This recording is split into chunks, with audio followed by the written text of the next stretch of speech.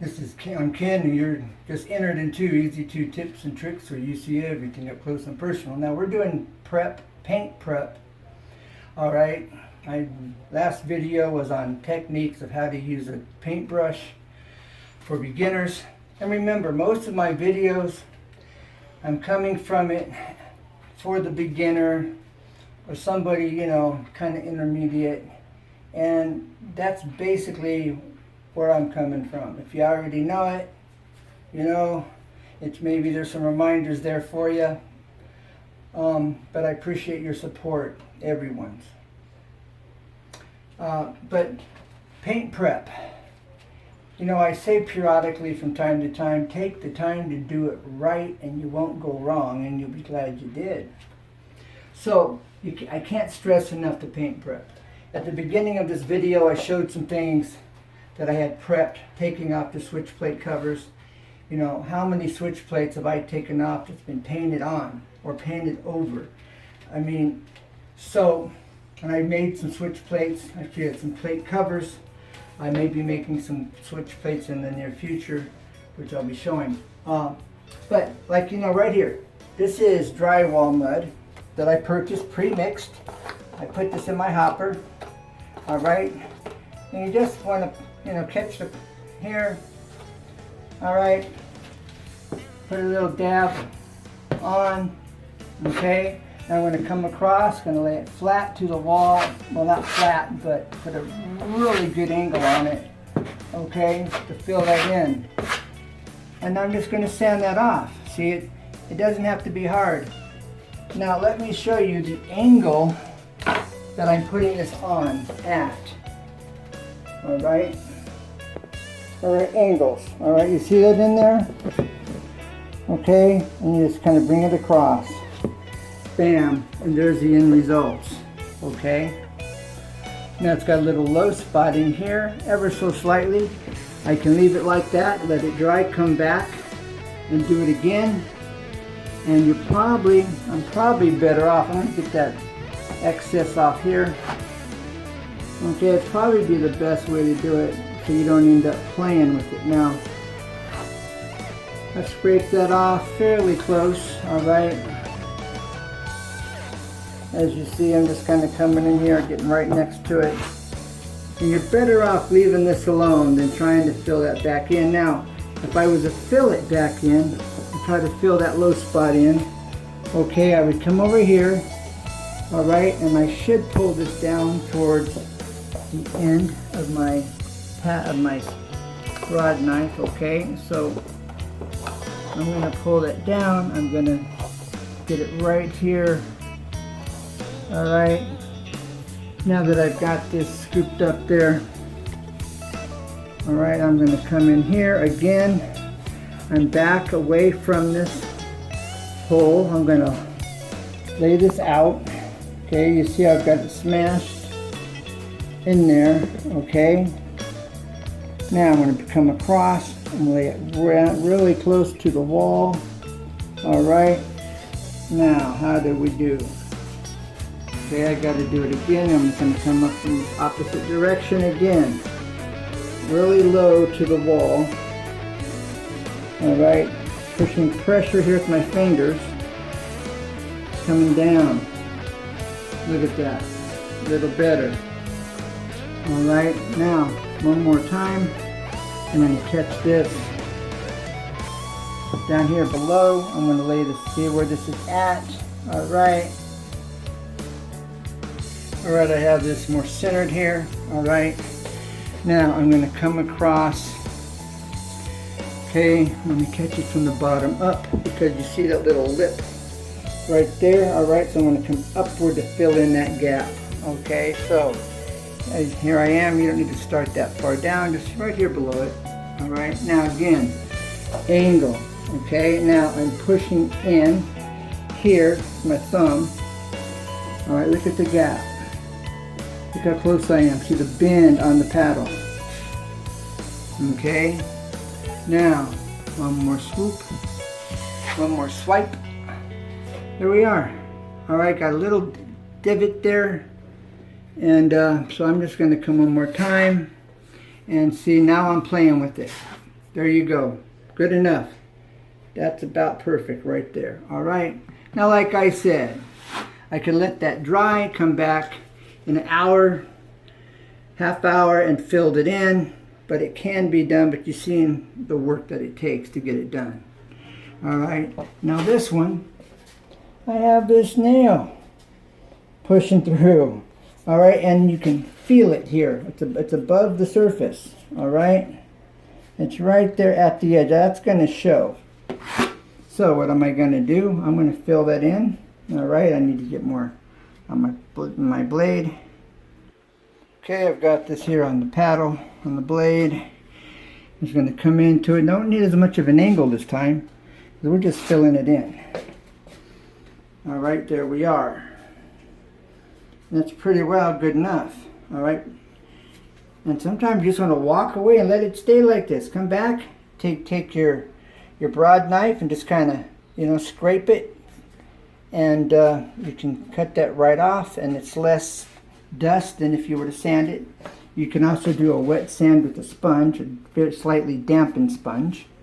All right, but I'm going to give this a shot. Right here, more of an angle, pressing down. As you see that push out, see the pressure with my thumb. Bam. Much cleaner, much nicer, okay? Then I'm just going to clean up this edge right here. Bam. Clean off the excess here. And there you go. That'll sand nicely, okay? You can't go wrong by prepping. About drop this. All right, and so there you have it. There's another one. Okay. Now here we have like some little thumbtack hole. Sometimes it's good if you just kind of tap that in. All right, now sometimes you might want to take your hammer and just right here at the very upper edge and just kind of tap that, flatten it out. Other times, now that's nice and flat. Now we're going to fill, all right? Okay, now, just take your putty, all right? And again, this is just drywall mud, pre-mixed. You can also buy it in a powder where you can mix it yourself. And that's all there is to it, okay? That's covered. You just need a slight cover, right? If you don't like that, make it a little thicker. Bam. Now, take out your little piece. Come down again. Bam. Let that go and just sand it.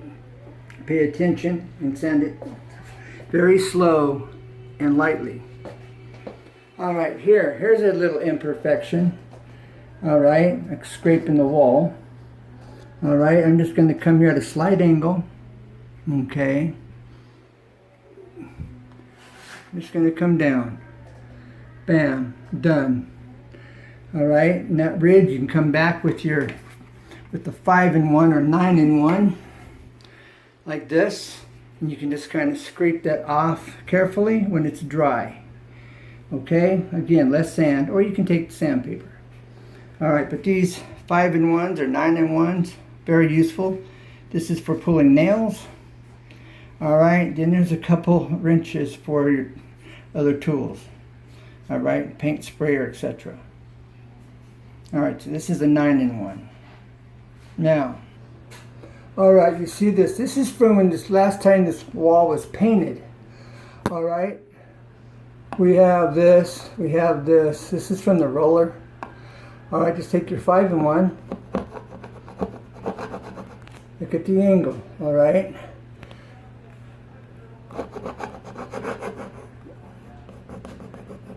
It'll flatten it out or it will cut it off. All right? Bam, smooth them out. See that? Now feel, oh, that's smooth. That's smooth. If you don't like it, you can go over with a little bit of sandpaper if you don't like that, but there's nothing wrong with that. Now, again, here is a tack hole. Okay, you can do this. You can take this, take the tip, press it in. It's probably a little better than using a hammer. Now I've created a little divot to fill. Alright, now I'll fill that divot. Alright. And with something like this, it's not all that critical. I'm using my 9-in-1. And bam.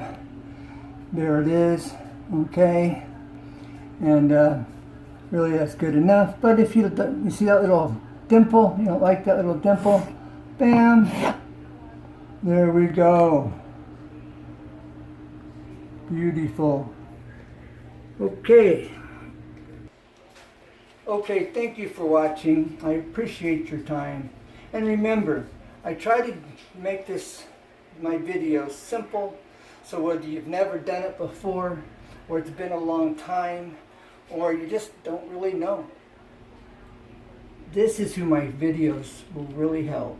For those of you that already know and you're just being nice and supporting my channel, it means a lot. So regardless, I appreciate it. And for those that need it, if you have any questions, I'm always saying feel free to ask.